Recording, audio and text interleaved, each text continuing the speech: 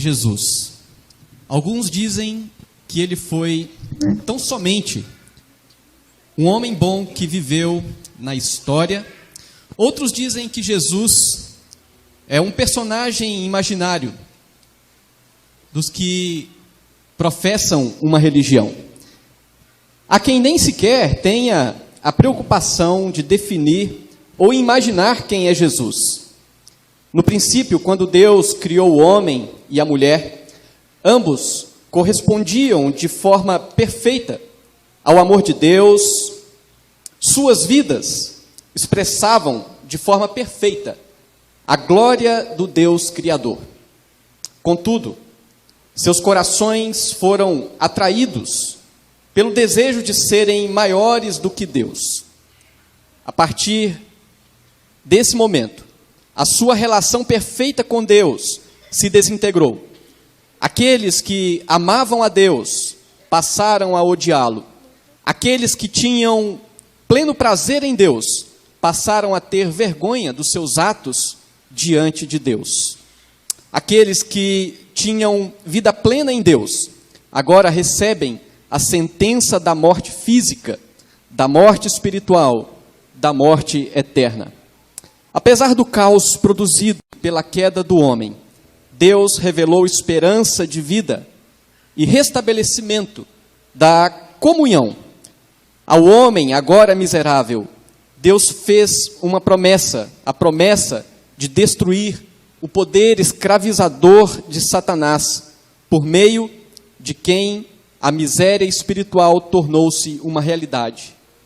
Disse Deus: porém, inimizade entre ti e a mulher, entre a tua descendência e o seu descendente. Este te ferirá a cabeça, e tu lhe ferirás o calcanhar. Deus prometeu que o descendente da mulher conquistaria a vitória da libertação do poder do pecado ao destruir a Satanás e as suas obras. Essa promessa se propagou por séculos. O povo de Deus, representado por ícones da sua história, tais como Noé, Abraão, Isaque, Jacó, Sansão, Davi, Isaías, Jeremias, Ageu e tantos outros, manteve sua fé nessa promessa. Por exemplo, o profeta Isaías deixou registrada essa promessa com as seguintes palavras: portanto, o Senhor mesmo vos dará um sinal. Eis que a virgem conceberá e dará à luz um filho, e lhe chamará Emanuel. Eu posso imaginar que todas as mulheres tementes a Deus, que conheciam essa promessa, ao ficarem grávidas, enchiam seus corações com a expectativa de serem elas a mãe desse Redentor prometido. Mas essa promessa seria cumprida de forma inconfundível, de forma inquestionável. Quando chegasse o momento, não haveria dúvidas. Maria, serva de Deus, contada entre aquelas que aguardavam a promessa do Redentor, foi visitada por um anjo. Este lhe anunciou que ela seria envolvida pelo poder do Espírito Santo, e no seu ventre seria gerada uma criança. Como diz o Evangelho de Lucas: eis que conceberás e darás à luz a um filho, a quem chamarás pelo nome de Jesus. Este será grande e será chamado Filho do Altíssimo. Se Jesus foi gerado no ventre de Maria, como resultado do poder criador de Deus, e ao mesmo tempo, a sua formação e nascimento foram resultados do processo natural do desenvolvimento de todo ser humano, conclui-se que Jesus é o eterno Filho de Deus, o Deus encarnado. Ele é o Deus homem. Jesus nasceu como homem em Belém, mas sua existência é eterna, como está claro nas palavras do apóstolo João: no princípio era o Verbo, e o Verbo estava com Deus, e o Verbo era Deus. Ele estava no princípio com Deus. Todas as coisas foram feitas por intermédio dele, e sem ele, nada do que foi feito se fez.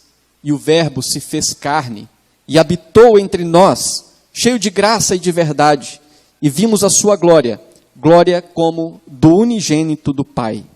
Também, essas palavras são confirmadas pelo apóstolo Paulo, que diz: este é a imagem do Deus invisível, o primogênito de toda a criação, pois nele foram criadas todas as coisas, nos céus e sobre a terra, as visíveis e as invisíveis, sejam tronos, sejam soberanias, quer principados, quer potestades, tudo foi criado por meio dele e para ele.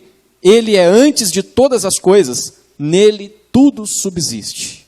Então, Jesus é aquele que perdoa os pecados dos seres humanos incapazes de responder por si só ao chamado de viver para a glória de Deus. Jesus, sendo que perdoa os pecados, é aquele que liberta da condenação eterna provocada pelos pecados, ou seja, Jesus é o Salvador dos que confiam nele.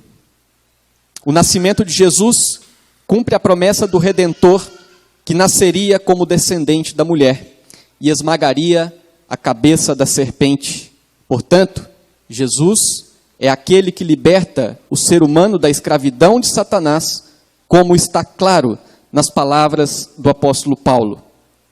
E despojando os principados e as potestades, publicamente os expôs ao desprezo, triunfando deles na cruz.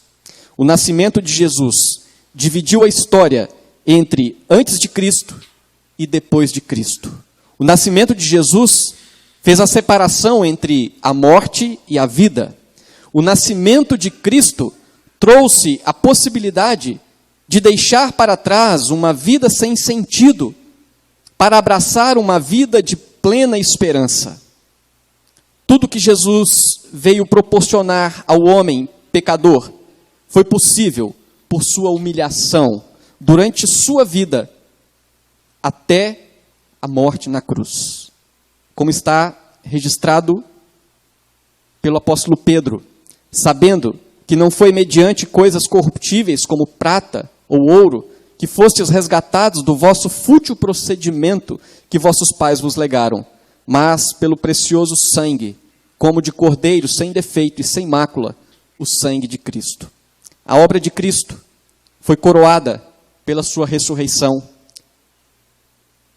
foi reconhecida pela sua glorificação, foi recompensada pela salvação de todos aqueles que crerem no seu nome. O dinheiro realiza muitos sonhos terrenos. A fama supre o desejo do coração de ser reconhecido. Uma vida bem ajustada produz segurança. Tudo isso, se desfrutado para a glória de Deus, tem valor para a vida terrena. Mas a vida plena, a alegria verdadeira, a esperança viva, a segurança inabalável, somente por meio de Jesus. Pois Jesus é tudo o que precisamos para a plena realização.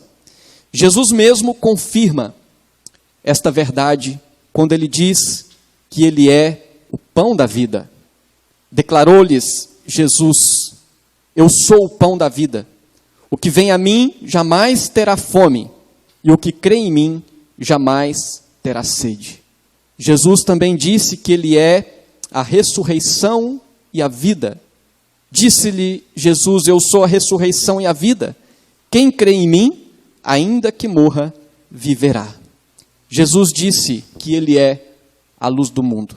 Eu sou, de novo, lhes falava Jesus dizendo: eu sou a luz do mundo. Quem me segue não andará em trevas. Pelo contrário, terá a luz da vida. E Jesus disse que ele é o caminho que conduz a Deus. Respondeu-lhe Jesus: eu sou o caminho e a verdade e a vida. Ninguém vem ao Pai senão por mim.